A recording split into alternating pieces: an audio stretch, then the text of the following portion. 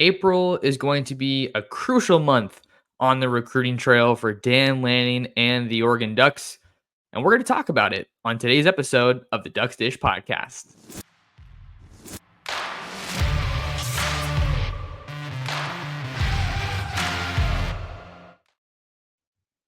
And we're back like we never left. Oregon fans, what's going on? How we living?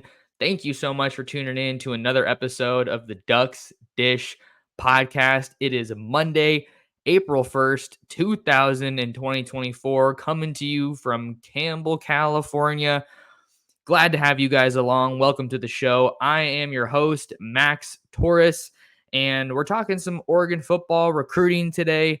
And we are also going to get into one of my more interesting questions about what Oregon's team is going to look like in 2024 with spring football set to resume on Tuesday as Dan Lanning and the Ducks go pedal to the metal for the month of April in spring practice out in Eugene. So, recruiting, it never stops. We all know that. Recruiting is the lifeblood of any program, but it has been pretty slow.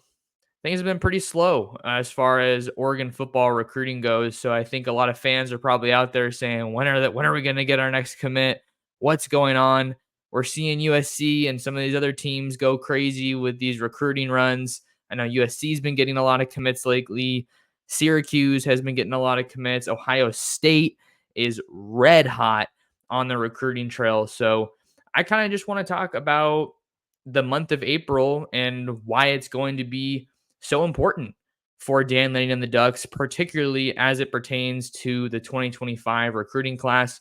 Oregon currently has the number 25 class in the country for 2025, according to the 247 Sports rankings. And it's going to be a big month because spring football is going on and you're going to be able to have a lot of high profile visitors coming through Eugene, getting to build those relationships with the coaches, with the recruiting staffers, personnel, with players on the team, some of them getting their first look at Eugene. I mean, one of the guys that I think I'm excited for Oregon to host is the number 4 player, I want to say, in the 2026 recruiting. Actually, no, it might be the number 1 player in the 2026 class.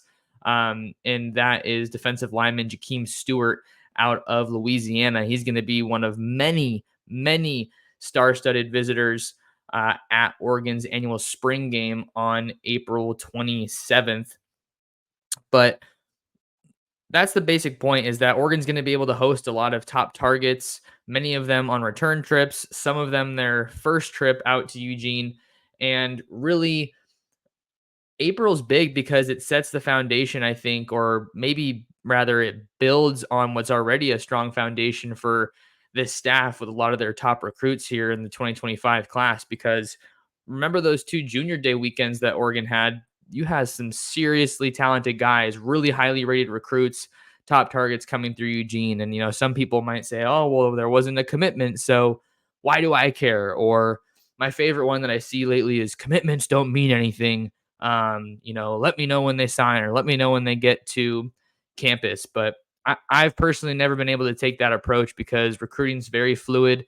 And I'm around a lot of these top players, and I love telling the story about how Oregon got on their radar and why they chose Oregon, and then seeing them turn into stars like Troy Franklin, for example. He was a guy who I interviewed coming out of high school, and then he had the career that he did at Oregon. So going to be fun to see where he lands in the NFL draft.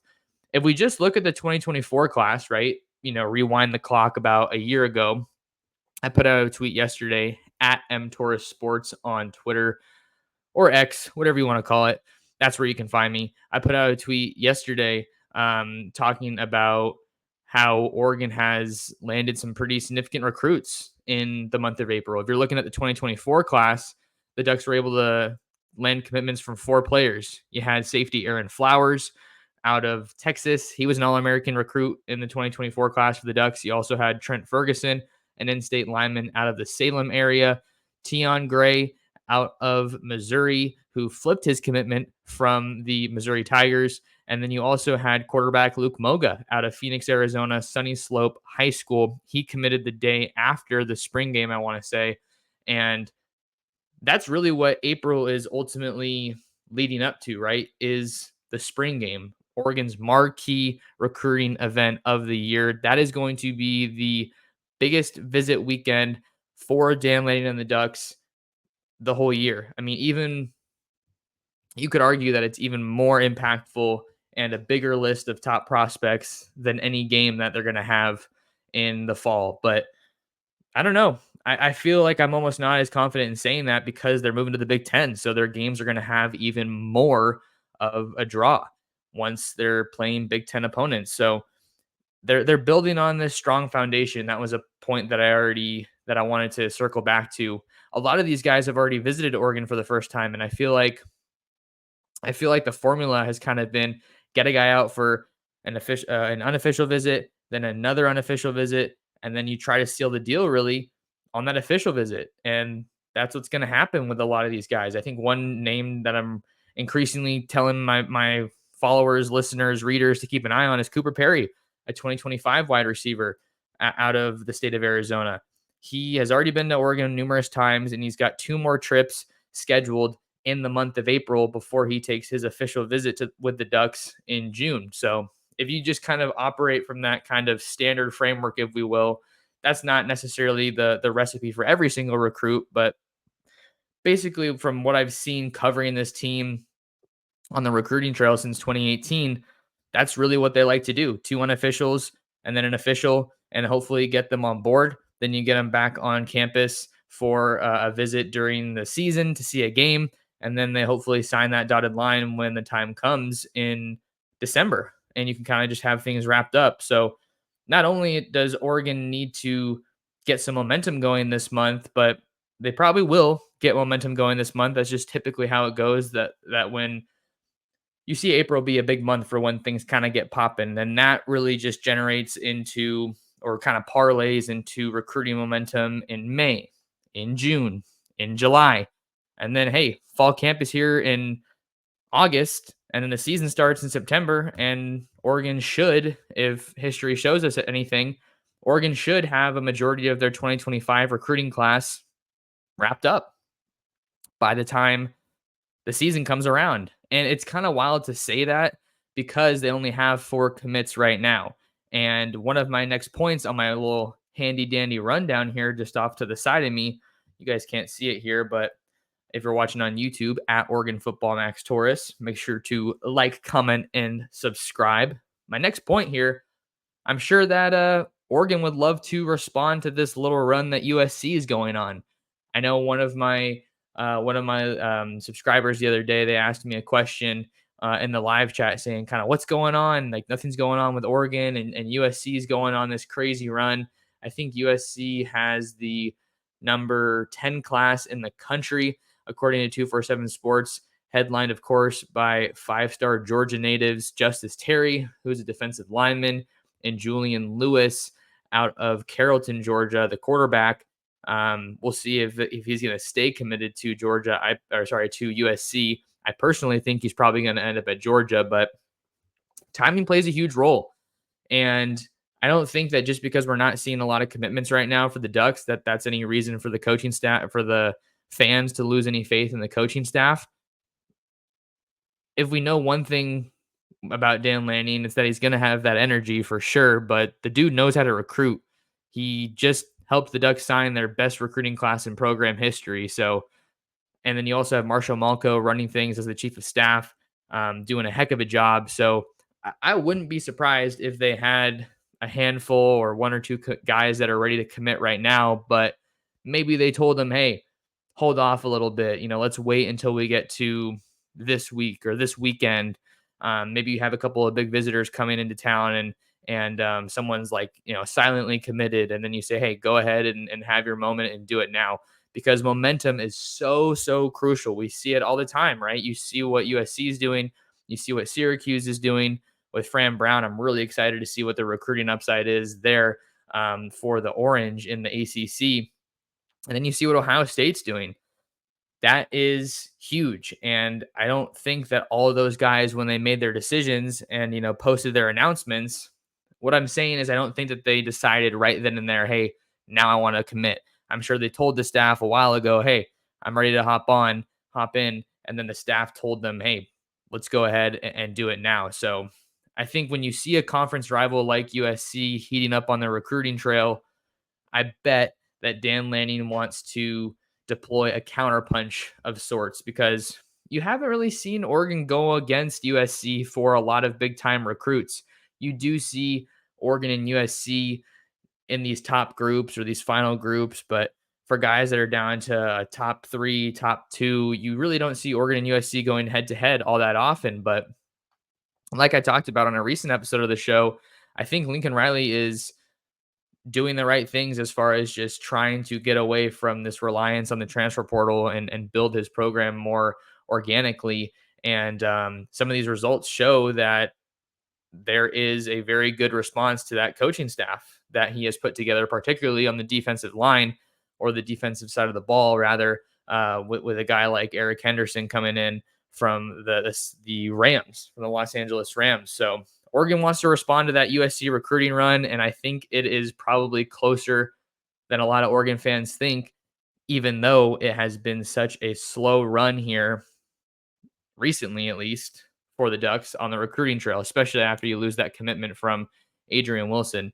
Um, One of the positions I want to focus on here for Oregon in the 2025 recruiting class is safety, because the Ducks are going after some really, really elite safeties, but they don't have any safeties in the fold just yet. And I think that safety is one of those positions where Oregon probably, I think they really need to continue to apply the pressure, because they've got some really good guys in recent years, right? Since Chris Hampton came over from Tulane and took over the safety spot. Now he was also the co-defensive coordinator, and now he's the defensive backs coach. But they got Aaron Flowers in the 2024 class. They got Kingston Lopa in the 2024 class as well. And then if you're looking at 2023, the Ducks were able to get Cody DeCambra and Cody DeCambra and why am I forgetting this other guy's name? Tyler Turner in the 23 class. So you have some guys that are they were highly touted recruits. They came from areas that play really good football, good competition, but you haven't necessarily seen them break through. And Oregon hasn't had a truly top flight elite safety since Javon Holland. And I'm not saying that every safety that comes through Oregon has to be a Javon Holland. Look at Verone McKinley. Look at Verone McKinley and what he was able to do for the Ducks. Look at Bennett Williams and Evan Williams. They were solid for the Ducks, but maybe not game changers. Brian Addison, he spent a couple years at Oregon, started as an athlete and opened his college career as a wide receiver before finding his home in on the back end of the defense. And heck, he was one of the more effective safeties that you saw when he was available, that is, for Oregon. But he missed a majority of the season and then opted to enter the portal, and now he's playing for Chip Kelly and the Bruins. So safety recruiting is going to be a fun one to follow for the Ducks here, because I feel like Chris Hampton is one of those guys that's maybe been lurking behind the scenes a little bit here for Oregon as they've ascended as a defensive power here in the 2023 season, and really took a big step with Dan Lanning and Tosh Lapoy and Tony Tuioti. I mean, there's just countless guys that you can point to as far as taking the Ducks to that next level as a defense. And Chris Hampton, I think, is one of them that kind of flies under the radar and maybe doesn't get talked about quite enough. And he's got his sights set on some pretty talented safeties here in the 25 cycle, right? Just to hit on a couple of them. Trey McNutt out of Cleveland, Ohio, Shaker Heights. He is the number 1 safety in the country, according to 247 Sports, the number 23 player nationally, and the number 2 player out of the state of Ohio. He is one of the many, many recruits that the Ducks hosted during those junior day events. So they do have some momentum there. I don't necessarily think that Oregon's the front runner for Trey McNutt, but he had glowing things to say when I interviewed him after his visit. I just think that if you're going to recruit a guy from Ohio, you got to be ready to recruit against the Buckeyes, as Ryan Day and that staff hardly ever let guys leave that state without a battle. You know that he wants them playing their college football in the shoe.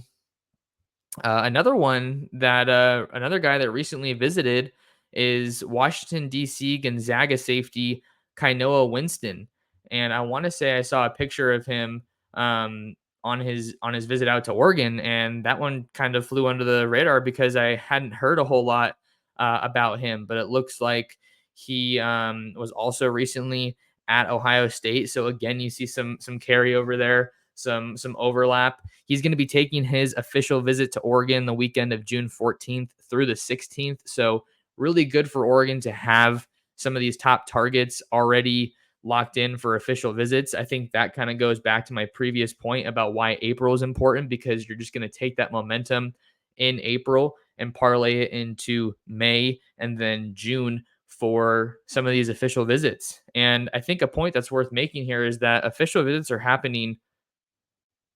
Thought I was in a cough there. Official visits are happening earlier and earlier. Getting a little sip of coffee here, but I think the earlier you can get a guy on campus for an official visit, the better, because it probably just shows you that his interest in the Ducks or his interest in the respective program is that much more real.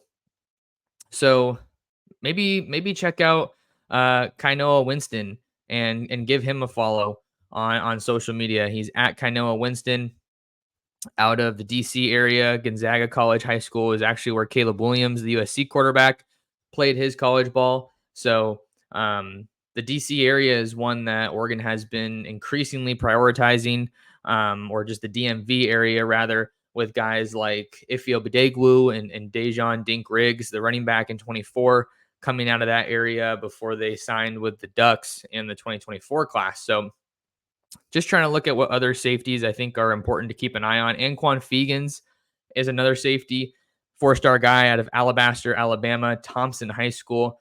He's a guy who has been to Oregon a couple times, but maybe not a guy that is really a top target or someone that you feel really confident about Oregon necessarily landing.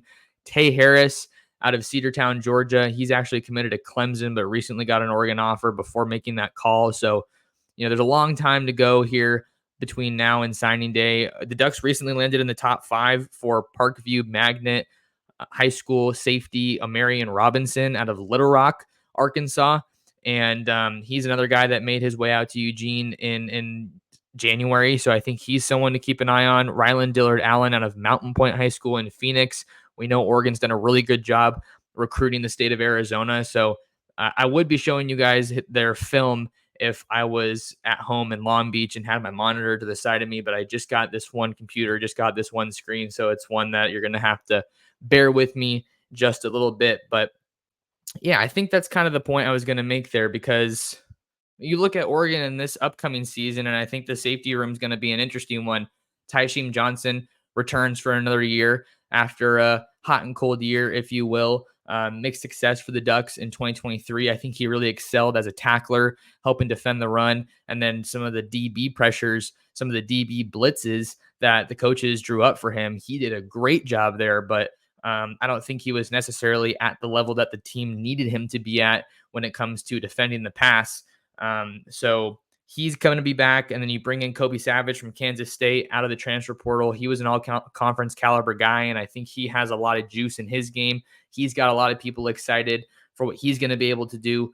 But again, those are only guys that you're going to have for one more season here in Eugene. So college football in some ways has very much become a year-to-year sport, but you need to continue to have longevity and youth that you can lean on at every position, because you never know what's going to happen. And we've seen what happens when you have too much of a reliance on the transfer portal. Doesn't bode well for those programs. So now you also have a couple other guys at that safety spot that you can talk about, safety/nickel.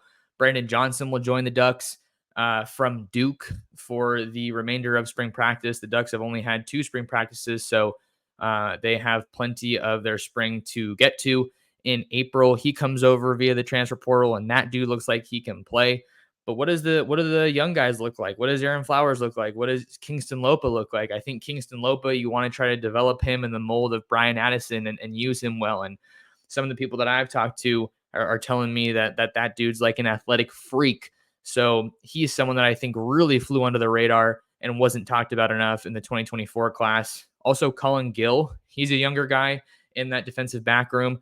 Also out of the Washington, D.C. area, St. John's College. I don't think a lot of people know too much about him. And then we already talked about DeCambra and Turner. They saw the field a little bit as true freshmen in 2023, but didn't really play serious snaps. I think a lot of that we saw them on the field was really more so in a special teams role.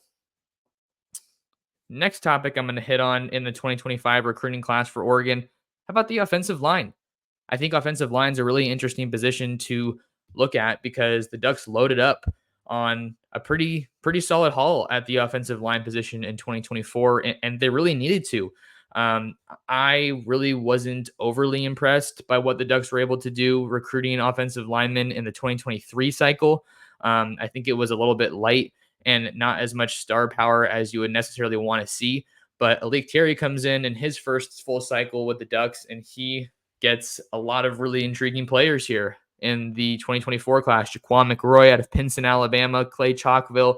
He was an Under Armour All-American and kind of a freaky guy in terms of just what he's able to do from an athletic standpoint, how he's able to move. I think you get him with Wilson Love in that weight room, get him coached up, and I think that he could be a problem for the Ducks at the next level. And then you have Fox Crater out of Vancouver, Washington, Evergreen High School. Really liked him, got to meet him out at the Adidas All-American Bowl.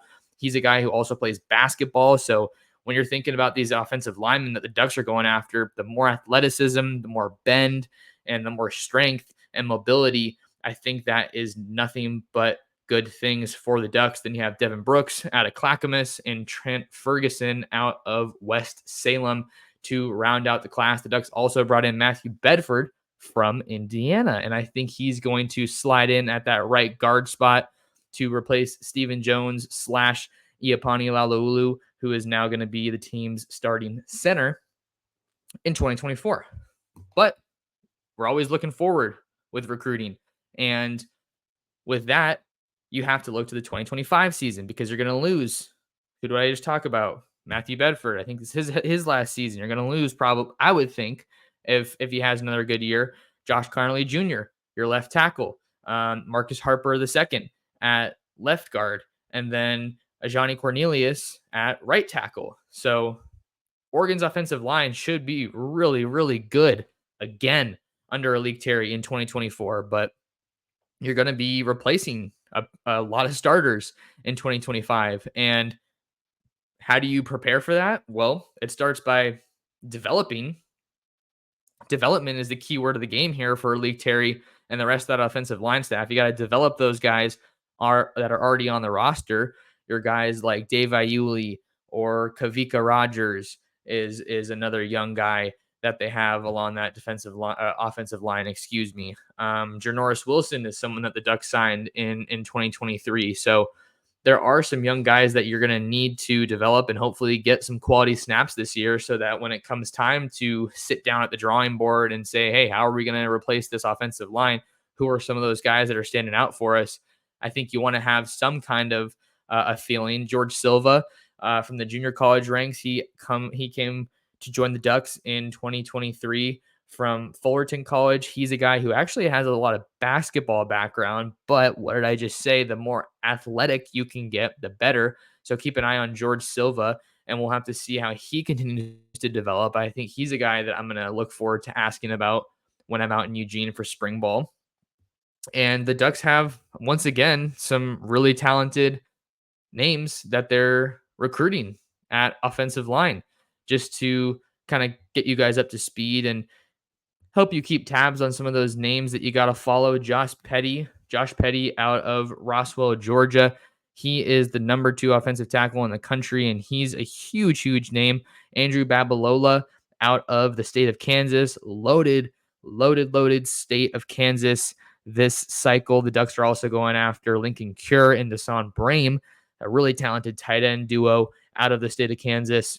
Michael Fasusi is an offensive tackle out of Louisville, Texas. And then you also have Aaron Dunn out of Spanish Fork, Utah. The Ducks love to recruit Utah.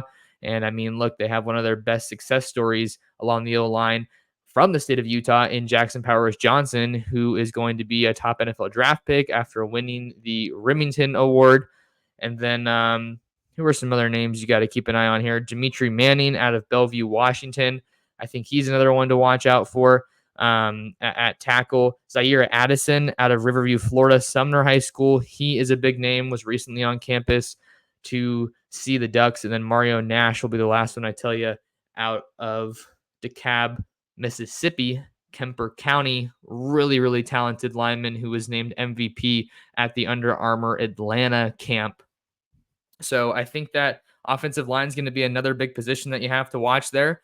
I'm going to be interested to see what Alik Terry and company can do, bringing in the next wave of offensive linemen in Eugene, because the Ducks have really become an offensive line factory of sorts. Last topic of the day, I was talking with Ryan Winter yesterday on my live stream over on the channel. And then obviously I had the podcast out as well about this defensive line. What is up with Oregon's defensive line? What is it going to look like, rather, in 2024? Who are the names that we need to know? Who's going to take a step forward? Who's going to come in and be like, whoa, that kid's a true freshman? Like, I didn't think he was going to be able to play that well. The Ducks are going to have a very new look defensive line in 2024. And that's to be expected. You lose Brandon Dorless, you lose Casey Rogers, you lose Popo Amavai and Taki Taimani. But I think for Oregon, I'm really interested in this because they only took one defensive lineman in the transfer portal. That's Houston transfer Jamari Caldwell. He was an all Big 12 caliber guy. And Tosh Lapoy was talking in spring ball a little bit earlier on how they're asking him to do a lot, and probably more than what he did at Houston. And I think when you put him next to a guy like a Jordan Birch or a Mateo Uiagalelei, I think he's going to be able to thrive because he's going to be playing probably next to higher caliber talent than maybe what he was used to at Houston. And I think he's going to be a big piece of this defensive line. You want to have a guy who can defend the run, but also get after the passer, get after the quarterback. If you have a guy who can generate a pass rush from the interior, that is something that's going to make your defensive line very dangerous. And it's going to be kind of a youth movement along the D line, particularly at the interior of the defensive line. Guys like Ben Roberts, who has been in the program a couple years. Amari Washington is a guy I was really excited about coming out of Arizona in the 23 class. Michael Gardner was someone that I think Casey Rogers was raving about during one of the media availabilities last season. And then you have someone like a Jericho Johnson, an Aiden Breland, a Tion Gray that committed to the Ducks in the 24 class and have been with the team in winter practice. So are any of those guys capable of producing right away or having some kind of a role? Because we really haven't seen too many young guys see a lot of playing time right away. The last one that I think about is Jordan Scott, who was a very underrated recruit. You know, he was like 5'10", 5'11", and definitely north of 300 pounds when he committed the Ducks out of the state of Florida. But he showed up and played right away. But it's definitely a different roster, definitely a different vibe in Eugene, I think, under Dan Lanning defensively than Jordan Scott when he was at Oregon. So the biggest thing that I was kind of comparing this to, I'm not saying this is likely, but I'm also not saying that it isn't likely. For Oregon, look at what the Ducks had to replace along the offensive line from 2022 to 2023. You lost TJ Bass, you lost Ryan Walk, you lost Alex Forsyth, you lost Big Sala, and you lost Adrian Clem to the NFL. So what was the talking point? People were saying, or people were maybe already believing, oh, okay, yeah, you know, Oregon lost a lot of these guys, a lot of these starters, these veteran guys. So it's only natural that you're going to take a step back from 2022 to 2023 along the offensive line. And then Alik Terry said, you know, who cares about all that noise? I'm just going to come in here and coach this group to be a Joe Moore Award finalist. Granted, That was the O-line. We're talking about the D-line. But I don't know that that's such a foregone conclusion, or like that's some kind of a distant possibility. I talked about how Oregon only brought in one defensive lineman in Jamari Caldwell from the transfer portal. Could they add some more via the transfer portal in the spring? Sure. But as of right now, this is what they got. This is what we're working with. So I think that that's kind of telling of where this defensive line is at in terms of some of these young guys that are going to have to step up, or some of these young guys that have been in the program for a while. And it's like, hey, man, we're turning to you now. We need you to get on the field and do something. What are the Ducks going to be able to see from Keon Ware Hudson? How does he grow from 2023 to 2024? So I think that seeing the caliber of talent in this defensive line room under Tony Tuioti is going to be really fun to watch, because earlier on when Tony Tuioti came in, you saw him bring with him from Nebraska. He brought Casey Rogers, he brought Jordan Riley, and those guys were good. And then Taki Taimani came over from the portal too. So we really haven't seen some of these quote unquote homegrown guys aside from Popo Amavai and Brandon Dorless. We haven't gotten to see a whole lot of homegrown guys. Some of these were guys that Oregon recruited and, you know, stuck out the process, and they kind of did their time to learn behind these veterans and marinate, as I like to say. I wonder if I'm going to be using that word moving forward. I feel like it's a good word, right? Marinating, getting better behind some of these behind some of these veteran guys. So I think this group's going to be hungry. I think that a lot of people are probably writing them off. They're looking at that Oregon D line and they're saying, I don't know, they're probably not going to be that great. They lost a lot of guys from last year. That's what the spring's for. The spring is for setting the standard. The spring is for buying in, because that defensive line that we see in the spring game, it's going to look a lot different from the spring game to that season opener on, I believe, August 31st against Idaho. So there's just so much talent that's been injected along the defensive line. We haven't even gotten to see a glimpse of it. Not even a glimpse. And part of that is because you had veteran guys that were really, really good and they were ready to help out. And some of these young guys weren't ready to help out. But 2024 is upon us. And my guess is that there's going to be some young guys that are ready to step up. Some other names that we have to keep an eye on: Terrence Green, Ashton Porter, Elijah Rushing, who obviously signed as a 5-star recruit in the 2024 class. I already said Jaden Moore. I'm sure there's some that I'm forgetting about, but I want to make sure that they get a shout out, because I love covering recruiting. So I feel like I should know this a little bit better. But other defensive linemen to keep an eye on: Johnny Bowens, who used to be a Texas A&M commit, but ended up at Oregon.